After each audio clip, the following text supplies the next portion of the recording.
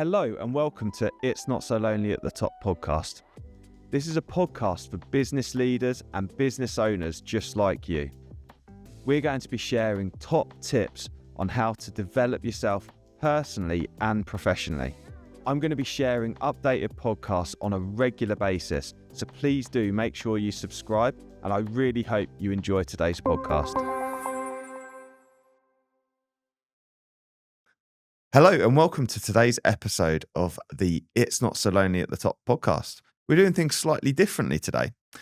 Today, I've welcomed back my good friend Paul Umpleby, who is a fractional sales director, and he is going to be interviewing me, which is going to be a little bit different. So I feel a little bit uncomfortable, actually, which is nice. It's good to put ourselves outside of our comfort zone every now and again.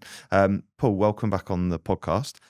For those of you that haven't seen Paul yet, please do go back and have a look at the previous episode where the tables were turned and I was obviously interviewing him in a normal format. But today I've handed over the reins to Paul, which feels a little bit uncomfortable, like I say. And I'm looking forward to being interviewed by you, Paul. I'm looking forward to asking you some questions as well, Pete. So it's always the same, isn't it? So you're the one that's asking the questions and we'll turn the tables today. And I've put together some questions. So I've been watching back all of the podcast episodes so far, seeing the type of things that you've been discussing with the guests. And I've put together some questions that I think might just dig a little bit deeper in them. So if Pete's not seen the questions, we're free flowing today, although I've got them here. So we're going to ask Pete as we go, and hopefully we can learn a bit more about you and get your side of the story and the type of things that really motivate you. I think that'd be a good thing to do today. That'd be really awesome. Thank you. So I think it'd be really good to start with your background. And I think, first of all, it's, when I just reflect on it, you're a multiple business owner, podcast host, mastermind host. You've been driving your business. And I think a lot of people might struggle to juggle all of those different priorities. Like, what is it that's in you? What is it that's really motivating you to go above and beyond, to do all of those activities? It's not normal. No, I suppose it's not normal, is it? It isn't. I don't know whether to take offense to that or not. It's not normal. No, I suppose not. And I think for a long time, does it sound arrogant to know when you're a bit different? I don't know whether that's a good thing or not, but I guess I've always known I'm a bit different because I've always, historically, before I started doing or set up Flagship and sort of discovered this entrepreneurial side that I had, I think because I didn't have a very entrepreneurial upbringing, so it was never really an option for me. So I always felt like quite shackled and frustrated. And I suppose the only way to explain it is like I felt like a caged zoo animal whenever I went to work, basically, which is quite a strange thing. But it just didn't feel like my natural habitat. No matter where I worked, I never really felt very comfortable. I was always frustrated by others' lack of effort and lack of care, and always I didn't understand why other people weren't as driven and didn't want to achieve what I wanted to achieve, because I've always wanted to be the best I can be and achieve what I can, and I've had the work ethic to back that up. So where that comes from, I don't know. Maybe deep rooted, there's been some level of like having to prove myself or something like that. I think there have always been high expectations. I think my parents brought me up to have high expectations and high standards for myself.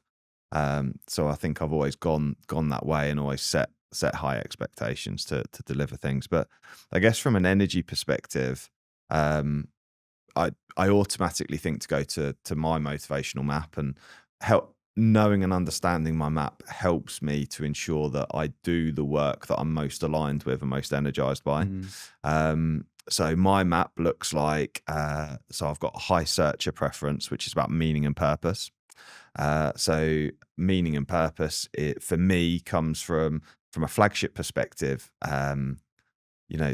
I was involved at a young age. I was about 2 in quite a severe car accident. Wow. And my sister lost her teeth, and my brother had a back injury, and my mum was pregnant with my sister, and it was pretty horrific. And I think I was very lucky to not really sort of suffer any injuries, although no doubt it must have had its impact mentally, because even now, well, there's a bit of a standing joke that up until about the age of 7 or 8, I would get in the car and I go, don't bang the car today, Dad." Do you know what I mean? Mm. So it's quite, I must say, it's quite meaningful for me with the work that you sort of see this common thread through all of my work history around working with vehicles, making them safer, repairing them after accidents was something I did for a long time.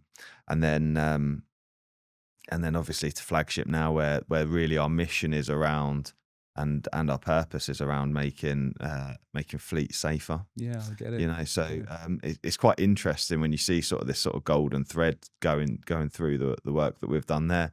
And then again, with how my work's evolved with coaching and the masterminds and those kinds of things, is that it's interesting that you're the one interviewing me, really, because I think you turned that light bulb on in the first place when I first joined Volvo back uh, well over 10 years ago now.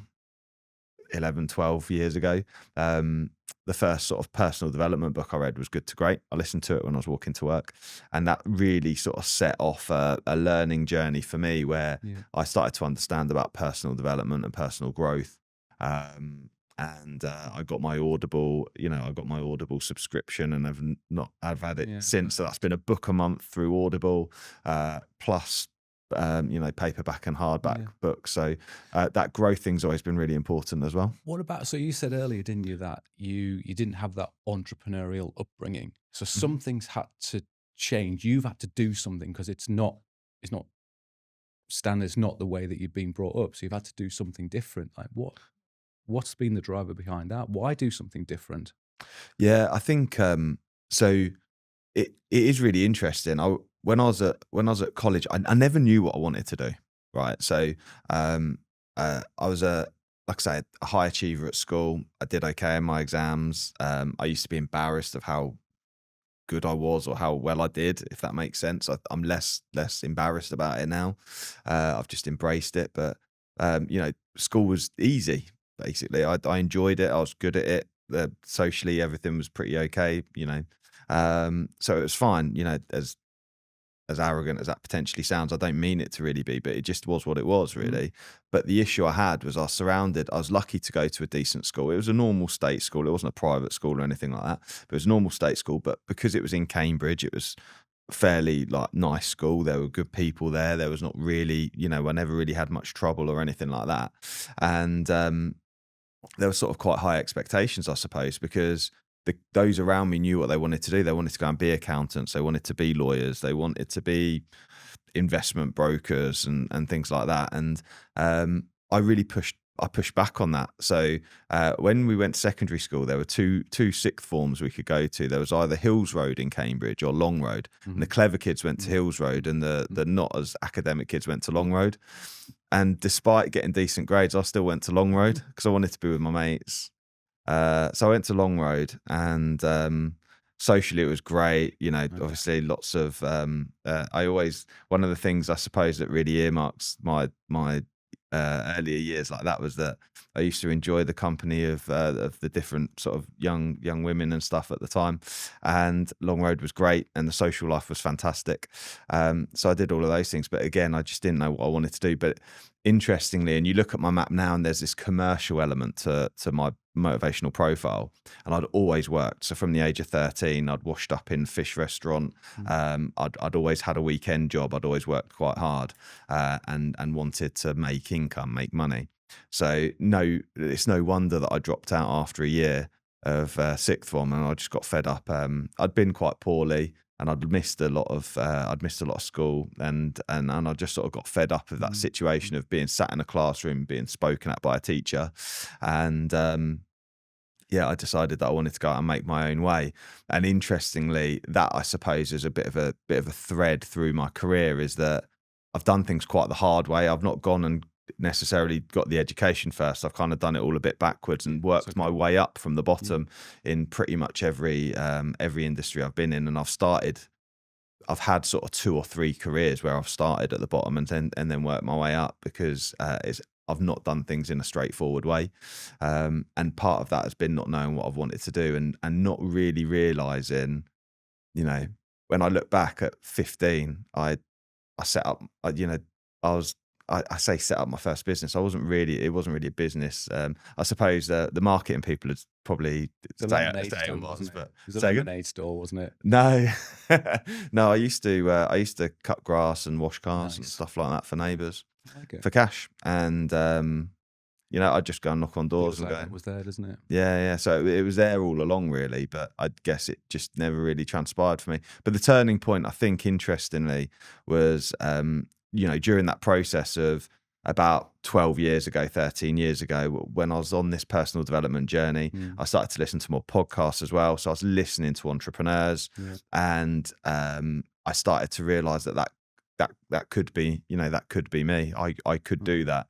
And then when I historically, I'd always worked in operational roles, running workshops, managing people, teams of people, and realised that I was okay and good at that. When I then took a sales role and realised I could sell too, I kind of just stepped back and reflected and thought, do you know what? I think I could build a business. I Yeah. think I know what I'm doing here, I like it. and I'll just back myself to go and do it. Yeah. One of the things I'm thinking about through all of that is when you think about the background and um, maybe the way your parents were with you. You said that you've had to take everything the hard way. You've sort of started at the bottom and you built it up. Mm. You know, when people talk about entrepreneurship and are entrepreneurs born or are they made? Is there nurture there or is it nature? Sure. I think when I listen to your story, there's a little bit of nurture there. You Hmm. come from a good background. You were well educated, so there's a Hmm. bit of nurture there. Sure. Sorry, there's a bit, I'm getting it wrong. There's a bit of nature there, Sure. but that idea of you having to sort of build from the bottom up, that's nurture. You've gone above and beyond. You've had to learn. You've had to Hmm. develop. You've had to read those books, take on all those podcasts, Sure. learn from other people, and take that on. So, you're not only just relying on that inner energy. Yeah. You've had to go above and beyond, and you've had to keep pushing yourself, right? Yeah, yeah, yeah, absolutely. I think, that's a really interesting question, nature or nurture. I feel really fortunate to have had the upbringing I had. Right, it was very, things were relatively easy for me, and like I say, entrepreneurship wasn't really in my family, so I never really saw it or like, there weren't entrepreneurs around me, so I never really saw it. So therefore, I think. Relevancy is important when you're picking career paths, right? I was surrounded by policemen and accountants and people who had day-to-day jobs that sort of roll off the tongue. So that was always what was out there, but I knew that wasn't what I wanted to do. So there is an element of this nature where I've never been satisfied. I've never been happy, and I've never fallen into what I call, and I see it a lot in others, what I call like comfortable complacency, where people get complacent, they get a bit comfortable, and then they just start to settle. And Mhm. that's never like, whatever reason, I've never just settled for anything. I've always wanted more Just or more. wanted to grow, wanted to improve. That's always been, and I guess that is nature, isn't it? Yeah. There's just a drive Yeah. there, isn't there? Yeah, there's the inner nature there that you want to do more, but you're then nurturing that by going out and you're Y- hunting around for the Yeah, information that you need to yeah, help you exactly that. grow. Yeah. When when did when did Flagship really get started then? How So long ago was that? yeah, so I registered the business in 2018. It was it was really interesting, an offhand conversation. I was working for the truck manufacturer that I mentioned earlier, and we were doing like an open day, and there were hauliers coming in. So you must remember, Flagship was built for essentially fleet operators who had been my customers for a while. So I kind of understood their needs and what their challenges were. And I spoke to a chap who drove trucks, and on the side on a Saturday he was doing driver CPC training, Oh, which wow. is the CPC training for transport operators. And he goes to me, "Yeah, mate, it's easy. They have to have the training, you know." And at the time, you know, 10, 12 years ago, whenever it was, I charge £50 a driver, 20 drivers in a day on a Saturday, and I make £1,000 on a Saturday. And Mm. I was like, I'll have a bit I of could that. do that. Yeah, I could do that. And it was just like this coming together of a bit of information around some training that they needed to do, that I knew that I was capable of delivering, and I Mm. felt comfortable to deliver. And I was like, I've got the network to achieve this. Yeah. It's out there and it's a demand. And the that really interestingly was the turning point. It was just an offhand conversation with somebody where a load of cogs just sort of whirred into action, and I've Yeah. gone, that's it. That's what I'm going to do. I'm now looking back in my mind. Didn't you rent the farmer's pub or a room in the farmer's pub or something, wasn't it? That's it, yeah. Yeah. So my first ever That's bit of, amazing. yeah, my first ever bit of business. So I registered Flagship. Like I said, I was working full time at the time. Registered Flagship May 2018. I didn't do my first bit of training until October. So I then realised actually it's quite hard. It's not that easy to get 20 people in a room to do CPC. You need to, you know, went down a rabbit hole of having to create a brand and create, you know, all of that sort of stuff that you sort of, and everything. Jesus, like I've said, I've always had a habit of doing things the hard way. I've always done things the hard way. Who starts a business that they've never actually worked in originally? Do you know what I mean? Like, so I didn't know This anything this goes really. back to that first question about where does that inner energy come from? Yeah, yeah. It's all The linked, isn't it? it's wild, Who right? does So it? I'd never, you know, most people who start a consultancy or training business have done that job, Yeah. right? But I'd not done that job. So yeah, it was a very steep learning curve. But yeah, my very first course, 3 drivers. Darren Stubbings, if you're listening, shout out to you. Darren Stubbings organised it. But yeah, for 3 drivers, the farmers in Yaxley, hired the upstairs. I wanted to do it differently to how everyone else was doing it. So they got like a carvery dinner at lunchtime, and Mm. I got audited on my first one. So it was Jouped at the time. It's no longer Jouped, but Jouped came out and audited me, and I got a clean bill of health. And I wanted to do something different. So and we still do a version of this course. But the first course I wrote and delivered was called Interpersonal Skills for Drivers. Nice. So it was a bit different to the norm that was out there. So I was doing a bit of personal development for drivers. So again, that's been a real theme in everything that I've done, really. See, that's a good thing because you're saying, well, you're doing something you've never done before, but the first course you did was interpersonal skills as a salesperson working at Volvo, and everything you did, Yeah, you did prior to that, interpersonal skills is important. So you 100%. really took that forward. I could see it. Yeah.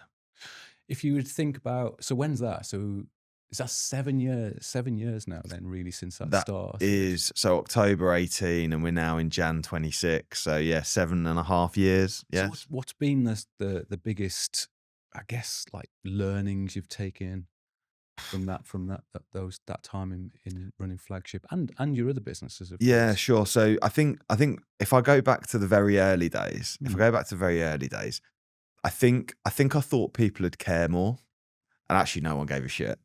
You know, no one gave a shit. Care about you, or Yeah, no, not about me, but about the fact that I was going on my own and doing a business. I think you think that people, I think I'd hoped that people that I knew would support it more, or naturally just, you know, come and support it. And interestingly, they don't necessarily, unless there's something in it for them, or yeah, you they're know, busy with their own. yeah, yeah, they're just busy with their own stuff, right? So, um, yeah, I think the first one was that, you know, you need to really find a reason to matter to people, if that makes sense, Mhm. which is probably my first learning. Uh, and then when I really understood that it wasn't, um, I think, yeah, when I realized that it wasn't about me and it was about what we offered and what we did, and the outcomes that people had, that was really important. So yeah, like what's in it for them. Okay. That was a really big thing for me, because what happens is when people make buying decisions about stuff, they tend to go for what's easy, what's proven, you know. So when you first start a business, there's all this work to do around the influence piece, about creating social proof, about creating something that's safe for people to invest in. And I think what I've realized is that over time, what happens is all of that energy that you go into building those assets around, making your like proving your business, proving the model, I think all of that pays dividends Mm, long term because people come, you wow them, yeah, you give them a great experience, yeah, and they realize that you are what you say you are. And I yeah, think delivery is then really important. yeah, So how many things is that? Was that 3 or not? I don't yeah. know. They were all good, and I think that um, when you talk about selling and making things easier for people, you can, people want to know what's in it for them, and often you can get sort of sucked in with selling too much and selling a little bit too hard. And actually, Mhm. the way to do it is just make it easy for people to buy. So Yeah, just really show them what it is that they will get from the yeah, experience of yeah. working with you. Sometimes that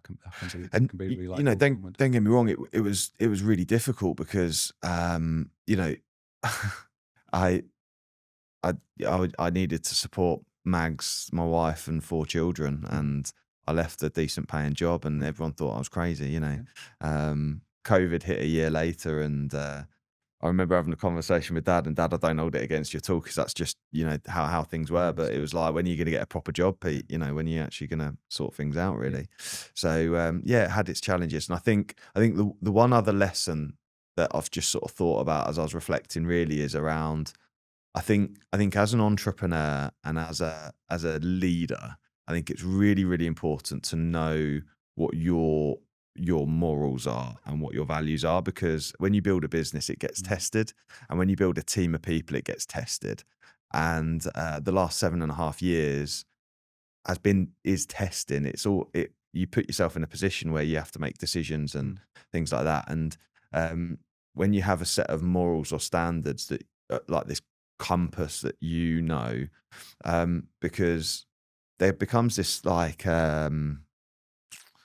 there becomes this challenge where, and I was really challenged by it originally because um, I guess it's hard to articulate really. Like, you don't want to be mercenary. You're a business person, but you're not a mercenary. You're not just doing it for the money. So what else are you doing it for? And what is it that matters to you about it? And you know, what happens is you start to build your business and you build a team around you, and all of those people have their own demands and their own set of expectations, and they'll push you to support them here and support them there, and you have to just sort of make be able to know your morals to make a judgment I call about love what's that. right for the business I love that. and what's right for those people around you, because it's not all commercial all the time. You're not I meet very You little have a people. team. You have a Yeah, yeah, team. yeah, yeah. Yeah, absolutely. So you've got to balancing all those demands is really tricky. Mm. So until you've really worked out what matters to you and is most important, I think it's really important to be really aligned on that. And then they're the guiding principles that you just run them through that value set as you make decisions. Yeah. I think that stood me I in love it. really good stead, I love that. because sometimes you're faced with decisions and you could go either way. There's not really a right or wrong decision. Um, but they're both going to end up in very different places. And then you worry about, decisions start to get quite complex, and you start to think about the unintended consequences of what the outcome of that's going to be, and those kinds of things. And you can almost drive yourself crazy trying to make decisions about things. And I think the best bit I've heard, or the best advice I've heard around making decisions and having a value set is, you have your value set, you work out what your type one and type two decision making is, i.e., type one is, if I make it, I can unmake it quickly, like the revolving door. And then the other one is like, and I think this is a Steve Jobs thing, but the other one is the fire exit, right? You go out of that one and, not going back. There's no going back on that decision. So you need to take your time over those ones and think very carefully about them. Um, and then, I think it's just, like I say, you just really sort of reflect on your principles and your values to help you come to those. Yeah. But it's Perfect. testing. It's Yeah. testing. No. Perfect. And I want us to talk a bit about leadership actually in a minute, but just to finish off this sort of bit about Pete Sure. and background and so on. What are you most proud of those 7.5 years since you started the business? What am I most proud of? I think, I don't know. There's quite a few things that sort of come up as you ask the question, really. And I've not. But one of the things that I find, one of the things that I have a rule about is I don't dine too long at the table of success because I think it makes you lazy and it makes you complacent. So I like to keep moving. It was really nice to win. I won a young entrepreneurs award, which was really nice to get that external validation and recognition. Um, but then, so I think about that. That was really nice. That was a proud moment. But then I feel very proud that I've not lost myself along the way. Mm, There was a time when I really sat back around COVID and reflected on the direction I was heading, and I'd always thought that success looked like, and I've said this many times before, but I thought success looked like a mansion and a Lamborghini and all of those kinds of things. And I realized that it didn't. It looked like a lot of the day-to-day stuff I was actually doing. So I'm really proud that I believe I found the balance where I still realize it's important to have family time, going to, went for dinner yesterday for my daughter's birthday, and mm, doing those things with family and those kinds of things. So um yeah, but from an external validation perspective, I've just moved into a house that historically I probably could have only dreamt of buying. I drive a car that historically I probably would have only dreamt of driving. mm, And I think both of those, if I'd carried on in a career, I mm, probably wouldn't have managed to achieve either of those things, or not for a lot in a longer period of time. I'm proud of the podcast. I'm proud of the Director's Edge, which is all the stuff I'm doing with it's not yeah. Saloni at the top. I'm proud of, and then I think the third thing really is Flagship. I'm just proud of the team, the work we're doing. I'm proud of the customers that we've Mm, attracted over the last 7.5 mm, years. Like, we work with some incredible people, some incredible businesses. I'm really proud to have, a network of business owners who are, um, you know, serving people, doing the right thing, making great decisions, providing great working environment for mm, people. There's probably people out there that just take them for granted, but I know the effort. I know the effort they go to, and the sleepless nights they have in you know essentially creating those businesses and that employment yeah. opportunity for those people. Lots to celebrate. I Yeah, think loads. the big thing I just take from that is just never be complacent, because the rug can just be pulled from underneath as quick as it arrived, right? Yeah, yeah, Just keep absolutely. going. Just Yeah, keep yeah, going. yeah, absolutely. I think it's interesting, isn't it? I guess um, it's really I reflect on it that it, it it's probably always been easy for me not to be complacent because I never everything I had was kind of intangible in that I just trusted myself and my instincts, but I didn't really have wealth. So it's easy to make bold moves when you haven't got wealth, isn't it? Mhm, Does that make sense? mhm, Because you're not really got much to lose because everything that you value is internal. mhm. Anyway, it's all in your skill set, it's in your abilities, and everything that I valued was there. So I it get was easy for me. Whereas if I was, you know, probably in a much better paid job at the time, and in a more comfortable position financially, and it felt like a bigger risk, then yeah, it might have been different for me, but it just wasn't. So you work for it. yeah, You just work for it, just and work you for it. Yeah, earned it, and you deserve it. You yeah, deserve it. yeah. Wicked.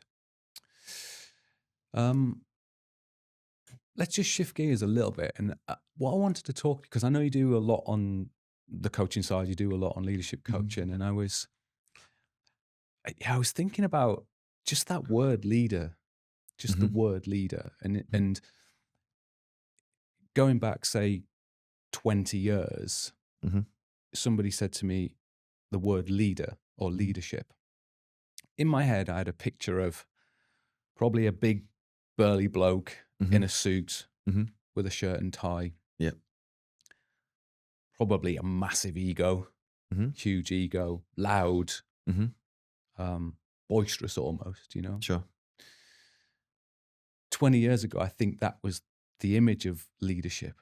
But Sure. but now I see the word leadership everywhere you turn, and the Excuse me. word leadership is not really that sort of figurehead of the business that it once was. I feel leadership sort of resonates right through an organization, and Sure. anybody can be a leader these days. Mm. And I just wonder, what's been your experiences of that when you've been coaching leaders and working with business owners and developing their people? What are you finding about leadership and where that's going within organizations at the minute? Yeah, I think it's a really interesting point. I think I've worked for the alpha dominant type leader previously. Several, in fact, several of them, I suppose, in the last, well, how long's my career been? In the last 30 years, so 25 years. But Mm. been working. Just made me realise I've been working 25 for years. 27 years. Yeah. I've been working for 27 years. Um, So yeah, I've worked for a lot of alpha type leaders, and I think you're absolutely right. I think leaders don't have to be alpha. It's certainly a learning that I've had, and I thought that's what they. There was certainly a time when I thought that's what leadership was as well. I thought and used to lead by fear and control. But I think um, you know historically alpha leadership, control, fear, using those things. I think that old methodology doesn't work anymore. I think influence is a lot more nuanced than that, and therefore I think that leadership is very much about. I think when I look at leadership, it's about uh, willingness to take responsibility and accountability. I think that when I now hear ego, my view on ego's changed. So um, ego used to be about confidence, and actually ego has come to me to mean more around wanting to protect ourselves and Mhm. and fear as well. Mhm. So people, essentially an ego is protecting someone's inner self, and so I then see, when I see more ego in people, I see there's certainly development opportunity. And actually, the best leaders that I deal with are the most self-aware. They're the most deep thinking. They're the most reflective. They're the most committed to their own development and their own fallibility, I Mm. think. Mm. And through that, they're then able to lead others with vulnerability. They're able to lead with transparency and openness. And then I think with vulnerability, transparency, and openness, interestingly, there's strength. So Yeah. it's kind of all flipped on its head, I think. I totally agree, and I love to see, those glimmers of light that you see from somebody in a team that's maybe a little bit younger. Mhm. Um, they're still they're building what their career needs to be, and they just go and do something, and you just think, wow, that was no one's asked you to do that. No one sort of put that pressure on you to go and do it, but you've just shown incredible leadership by just going and doing that thing. I was working with a lady a couple of months ago, and she wasn't asked to do this, but she went and mapped out all of the distributors in the business and kind of where we were, what the relationships were, and everything. Presented this to me and other leaders in the organization. I'm like, this was amazing because she just saw the benefit of that, and then anybody can step up, anybody can just show other people in the organization what they're made of, and Yeah. and just continue to add value throughout their day and throughout the work that they do. It's really, really good to see things like that. Hi, my name's Pete, and I want to thank you for tuning into today's podcast. I'm a coach, speaker, and author. And if you want to take your personal development that bit further, did you know that I offer a mastermind program as well as one-to-one coaching? If you're interested, please do reach out on peterushmer.com. Yeah, absolutely. I think initiative. I think initiative is something that I really admire in other people, for sure. When I Mhm. see initiative and a bit of get up and go, that's something. Certainly, when I interview people, or and I look at other people that I admire, I think, you know, initiative is a really good, strong characteristic for Yeah, people, because fantastic, there's a lot of people who lack it. fantastic. Yeah, Need need need direction. yeah, there is. I get that. I do. That's really good. Um, the next area I just wanted to explore, and you've already mentioned it actually earlier, which was um, motivational map. So you mentioned about your motivational map, and I think back to when I was leaving the world of employment and looking to start on my own, and Sure. you did my motivational map for me at that time, and I think when I got the results, like most personality profiles, you Mhm. look at them and you think, yeah, that's me.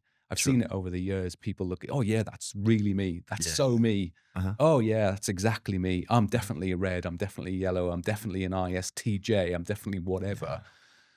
But I think when I got my motivational map results, I remember going through them with you, and I thought, yeah, that's me. Mhm. But there was a different meaning to it, Mhm. which made me progress with it and do something with it and really take hold of those focus areas that were coming out for me. Mhm. Um, I, what is it about a motivational map that's so different from what all those other personality profiles that I've done in the past where I've gone, yeah, that's me, great. Mhm. Why did I look at that one and say, that's me?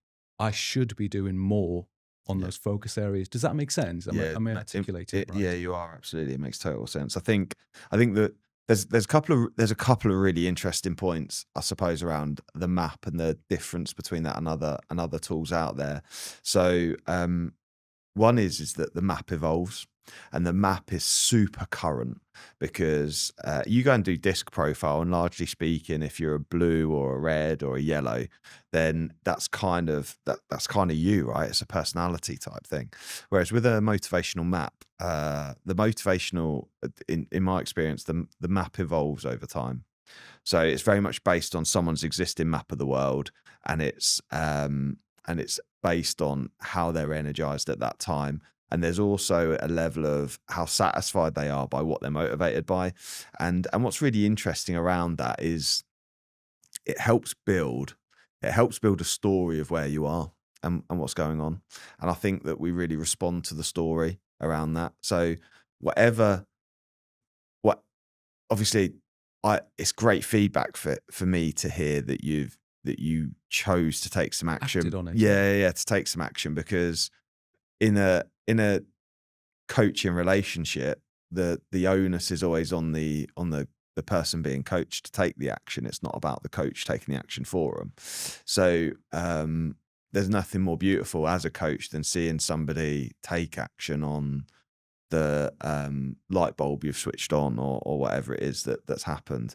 But I think I guess my question back to you would be, well, why did you take action on that? Mhm. You know, well, let me just look at my notes here. What I put. So my number one was a searcher. Yeah. So for people who have not had a map before, and if you haven't, you must get one. But a searcher is someone who is driven by meaning and purpose. Yeah. Yeah. So I guess at that time, Hmm. being employed, Hmm. I'm thinking there's a meaning and purpose in terms of the work that the company does, but do I feel well connected with that? Hmm. Should I be pursuing a meaning and purpose that means something to me? Yeah. And it almost felt like the missing piece of my life that I hadn't quite figured out yet. What Yeah. about me? Yeah. What about me in all this? What's my meaning and Yeah. purpose? What am I going to work every day for? What am I trying to build a business for? It's all Yeah. about me. Yeah. And that was really the first time that it was really about me, because a Mm. lot of the profiling can be a bit, how are you going to fit into the organization? Mm. How are you going to fit with the values? How are you going to change Mhm. your behaviors to be in our organization? And this one was focused on me Yeah. and what I wanted to do. But I do remember as well at the time we had, so I was quite high on Defender Yeah. as well. And I remember at the time you said that there would be a conflict against trying to pursue that, something a little bit bigger and that bigger purpose versus defending, i.e., you've been employed, you're used to the Security, salary, the stability. company car, Absolutely. Yeah. everything like that. Yeah. Absolutely. How does that work then? Yeah, yeah. Well, it's a really good question. So, we'll start with the searcher profile. So, interestingly, search is a very popular profile, and when you look at the statistics, because there's now been over 100,000 maps done, so there's quite a lot of data now on it, which is quite interesting. And I should probably share that with you afterwards. But there's some really interesting key Mm, data on maps, and searcher is a popular one, particularly as people mature through their career. So meaning and purpose become more important because what happens is as young enthusiastic people, what happens is we are encouraged to go and work on our career and to develop our career, and we go and do a job and we align with the company's mission and all of those sorts of things, and we go off and be very good little worker bees.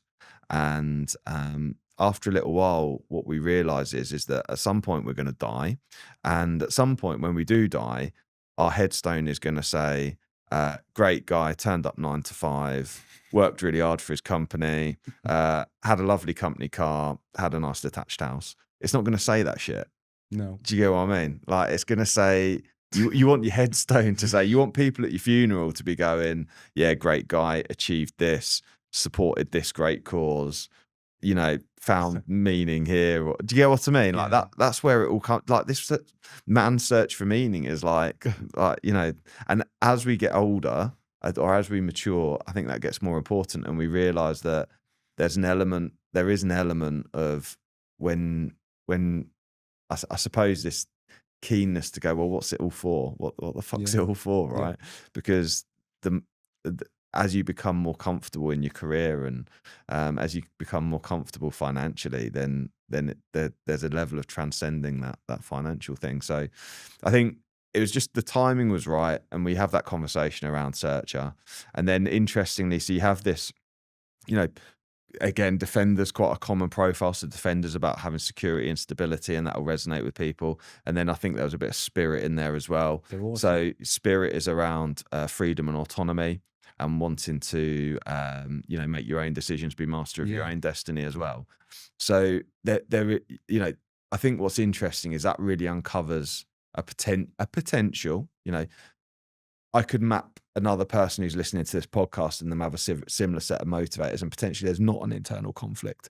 But based on the approach of asking questions, listening to answers, then that you pick up there's an internal conflict potentially, because meaning, purpose, and wanting a freedom and autonomy linked to security and stability, Mm, that there's a potential conflict of interest there. So, I think probing that and just picking away at that and yeah. helping to understand it probably helped you to realize where your mindset was. And just, I guess, um, James Sale, who created maps, his saying is making the invisible visible Mm, is basically his thing. mm, So, what Maps does is it helps you make, I believe, rather than making the invisible visible, it's more about making the unconscious conscious. mhm, So it's raising that awareness, and mm, then once you're then aware, this is the beauty of awareness.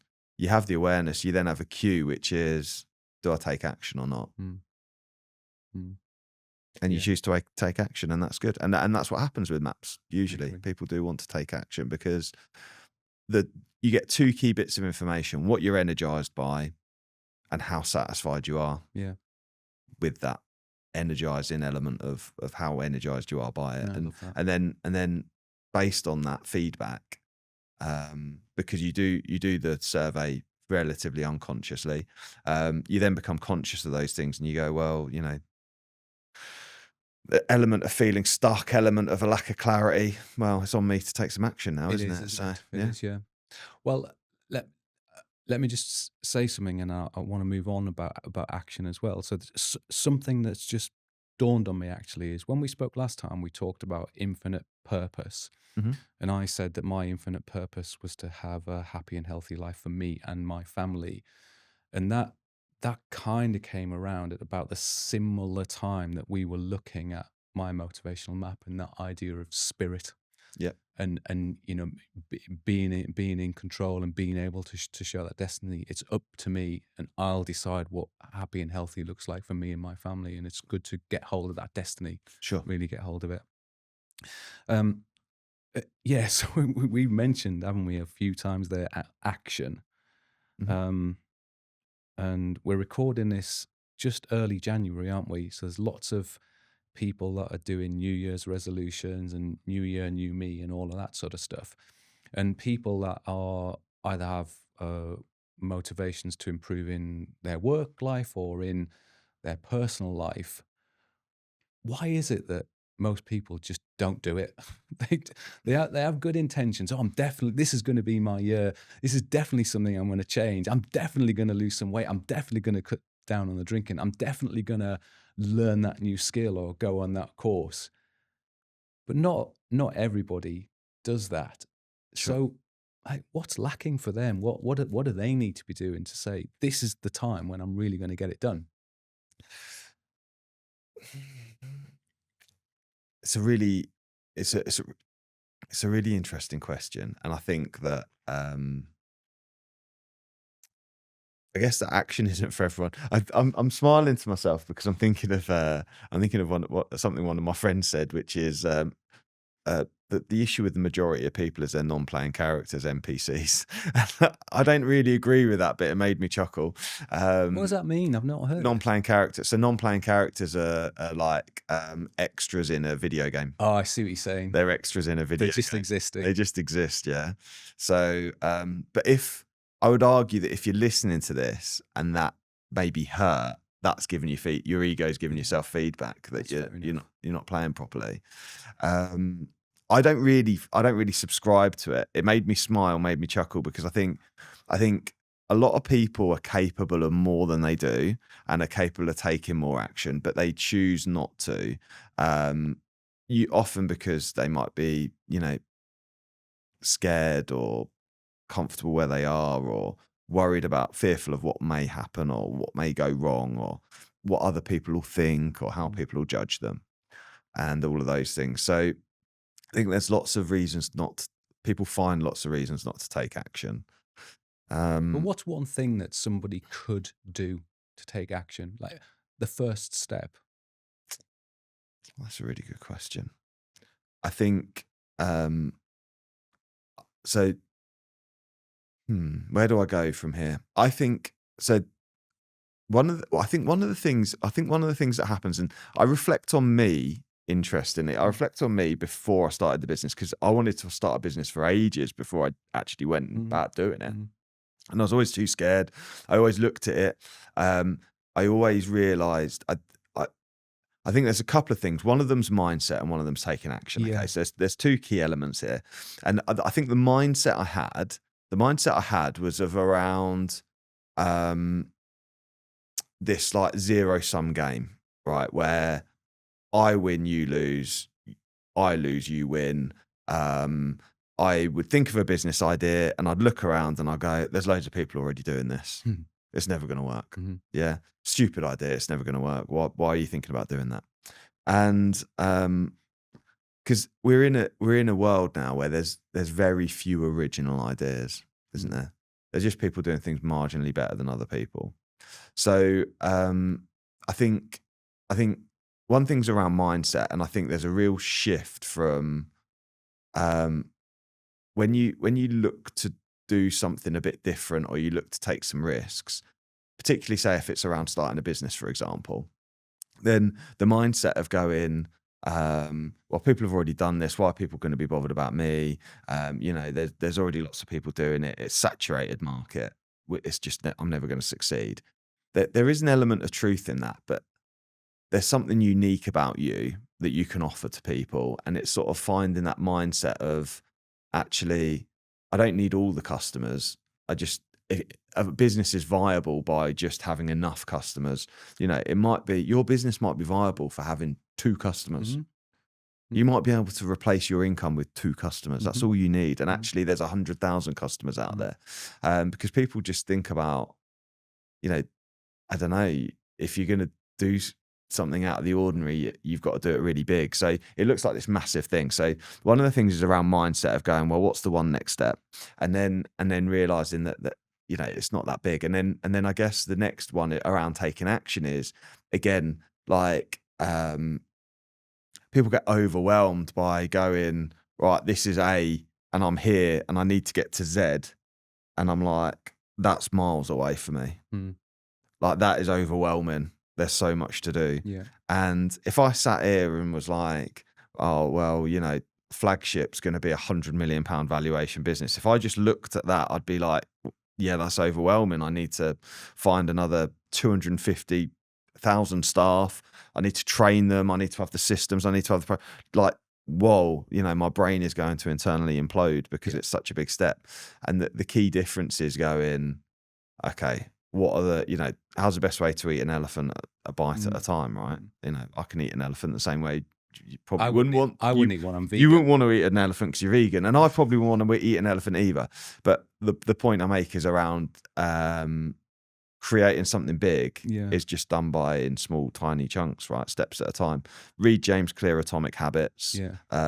You know, understanding that essentially our lives are made up of these tiny little habits that we have, and actually just like 1% change makes a big difference over a period of time. So it's just doing little steps every day towards the thing that you want to do is much better than trying to, you know, just, you know, people say jump in the deep end and learn to swim. There is an element of that, but I believe that little actionable steps is always a safe way to do things. It makes good sense to me. And I need to book a coaching session with you because you just triggered something in my mind that I have an idea for a vegan product, Oh, okay. but all I keep thinking of is there's other people that are doing it already. Okay. And how do I make mine better? So Oh, I am okay. going to book a coaching session Yeah, with you. okay, cool. And, Yeah. we'll go over it. That sounds good. I'm very up for that.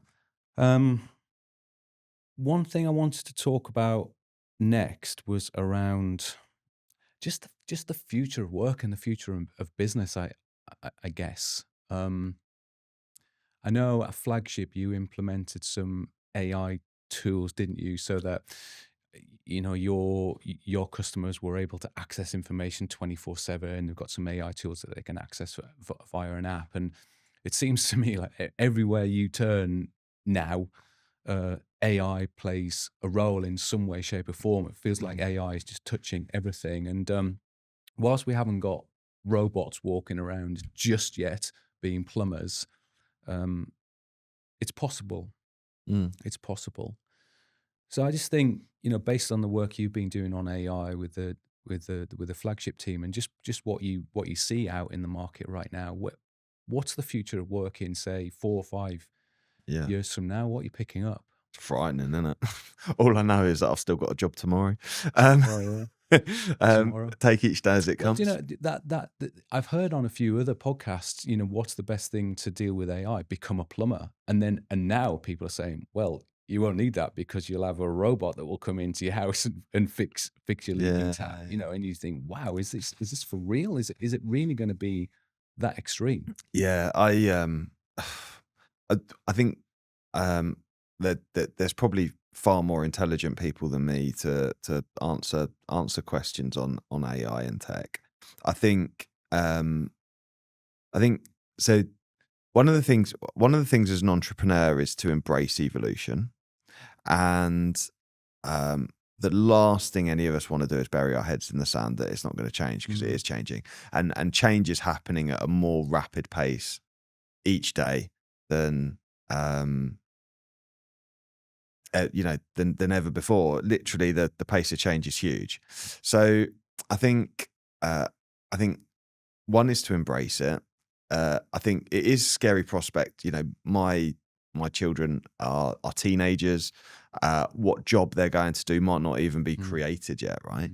But ultimately, automation, robotics, tech is going to solve a lot of our problems and make us even lazier potentially. So and they're going to do much more of the manual stuff, I would think. You know, I've heard the podcast too where people recommend, you know, for young people to go and get skilled labor roles like electricians, plumbers, building, that kind of stuff, because it'll be very hard. And my perception is I'd probably tend to agree with those things. I think skilled labor will will really be sort of the last I thing to agree. change. I agree. I think we are already seeing a change. A really good example is last year, probably about 6 months ago, I was looking to take on a PA, part-time PA. I was looking to take on, help me with bookings and various bits and pieces, responding to emails, and I got 2 bits of tech that solved the problem for me Yeah. for like Amazing. a fraction of the Yeah. cost of a Amazing. PA. Yeah. So, even someone like me who's just got largely basic technical skills was able to use a couple of bits of AI tool or what have you to be able to solve that problem, which reduce. And I read an article in the Times. 30% of administrative jobs since COVID. There's been a Mm. 30% reduction in administrative Mm. jobs since Mm. COVID Mm. due to the people embracing AI. So I think that if you're listening to this and you're worried, I think the uh, we're I think my observation is we're a long way off the total revolution that's going to be, and it's going to happen slowly. I think the best thing that people can do is invest in their personal development. Yeah. I think personal development's huge. I think that there's always going to be a human workforce, and those who are the most emotionally intelligent, articulate people will be the ones who thrive the most. Yeah. Makes a lot of sense. Makes a lot of sense. They're going to be the ones who thrive the most in that instance because What are the transport sector doing to embrace it? What's the big themes that you're seeing there? there's loads of interesting applications of AI. Again, so from a planning perspective, so Mm. route planning, those kinds of things, Yeah. we're seeing some more automation. So historically, there would have been a human going, this vehicle needs to go from A to B. What's the most effective, efficient route? And now AI can do a lot of that. Mm. So, but that's what I'd class a low level skilled administrative task. Interestingly, national highways are implementing AI cameras. I don't know if you're aware of this, but some of the cameras on bridges that you see. So those cameras are able to pick up phone use by driving behavior, if that makes sense. So they are they're able to pick up erratic driving and that sort of Yeah. stuff, Yeah. number plate recognition. Yeah. So there's that's out there. AI cameras. So AI cameras are being used to improve safety for so heavy goods vehicles, buses less so, but HGVs have quite a lot of blind spots. So from a vulnerable road user perspective, a vulnerable road user is somebody who isn't protected by a metal casing. So people in cars are obviously other vehicles are quite visible from an HGV, but motorcycles, cyclists, pedestrians, those kinds of things aren't protected by metal shells, can be blind. You can literally just not see them. They could be in and around a vehicle and you not see them. AI cameras are now being used to be able to enable a driver to see Yeah. those Great. people. So Yeah. it's being embraced. Yeah, But I mean, what's nice to hear is sometimes with AI, I think there's a bit of scaremongery going on about it's mhm. it's going to take over the world and take people's jobs. But you just given a few examples of there where it's saving lives, isn't it? It's Yeah, saving lives at the end of the day. So yeah, absolutely. embracing it is definitely the way forward, isn't it? Yeah, absolutely. Yeah. I think there's no other option. There's no other option but to No, embrace it. I totally get that. Brilliant. Um, you ready for some really good quick fire ones? Yes, let's go. Um, they can be as long as you want, but I Okay. thought they could be quick. I'll probably waffle, to be fair. What is the one talent that you wish you had, but just don't have it right now?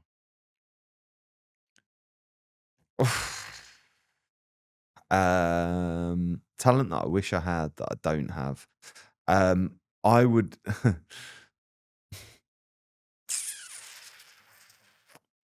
I One of the talents that I work hardest on, interestingly, is not business related. You're thinking about this? I am thinking about it. The thing I work hardest on is my running. I'm really rubbish at it, but I love doing it. So I'm slow. I'd love to be a faster runner, which is so random, isn't it? But I spoke to James on Sunday. I think he was going to give you some new goals, wasn't he? did you? Right. Okay. Yeah. Yeah, he is. I think, isn't it interesting that we get our most satisfaction from the things we find hardest? I get real satisfaction from being able to run faster. You know, I find it massively frustrating. Roman, my lad, is 14. He's now taller than me. He's just of a totally different genetic makeup. I don't really know what happened. But, you know, the fastest I can run park run is 26 minutes. He can do it in 21 and he doesn't even try. He's just jogging. So it's just sickening, innit? But there's something interesting. There is an interesting learning in there around acceptance of where we are and the joy that comes from running your own race, if that makes sense, and just sort of you being a bit, but you v you and being that bit better each time, if you know what I mean. Comparisonitis. Like if I sat there and compared myself to Roman, I'm never going to be as good at running as him. So what a pointless exercise is that? There's no point me comparing it. Benchmarks, aren't you? Yeah. And what is it? Is it style? Is it speed? Is it? It's just that there's numerous things. I think you know, I can sit here and blame genetic makeup purely, but obviously I could be lighter, right? I could lose a load of weight and be faster at running. So there's an element of nurture and there's an element of nature. Yeah, going back to that old story, really. Brilliant. Well, good luck with that. Thanks, mate. Good luck with that. What advice would you give a 13-year-old Pete if you were able to go back in time? So I think one of the things I've learned over the last year that I think I'll probably go back and tell myself at 13, being the kid who went out starting to work already at 13, was that you need less than you think to be happy, and that actually I think one of the things we fall into the trap of, and I've read a book about it recently, so it's very much forefront of my mind.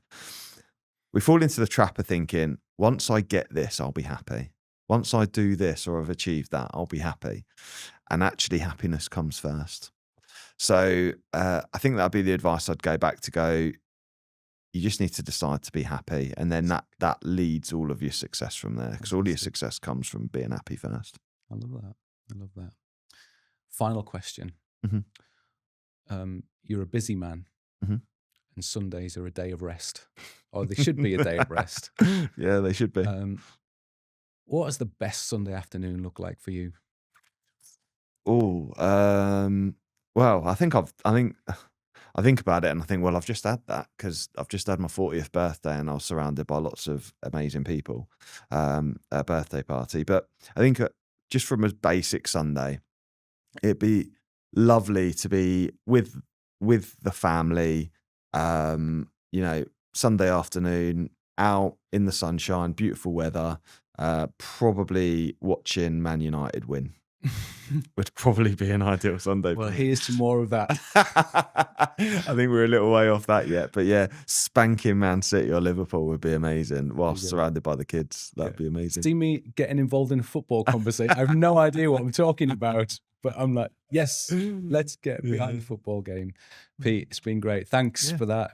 Appreciated having the tables turned, and hope you enjoyed it. Yeah, appreciate it. I feel like off the hook now, a little bit relieved, but that did feel challenging at times, to be fair. So thank you for preparing some questions at short notice for me. I really appreciate it, mate. I hope you've enjoyed the podcast today. Thank you very much for listening. Please do subscribe, follow, do what you need to do, share, comment, let us know what you think. And yeah, make sure you stick around for a future episode. Thank you very much. Cheers, mate. Thank you for joining us on today's It's Not So Lonely at the Top podcast. We really hope you've enjoyed today's podcast. I'm absolutely delighted that you took the time to listen, and I really hope that you'll subscribe to ensure that you receive future episodes too. If you want to find out any more, please do search It's Not So Lonely at the Top podcast, and you'll find it on your favourite podcast app. Thank you.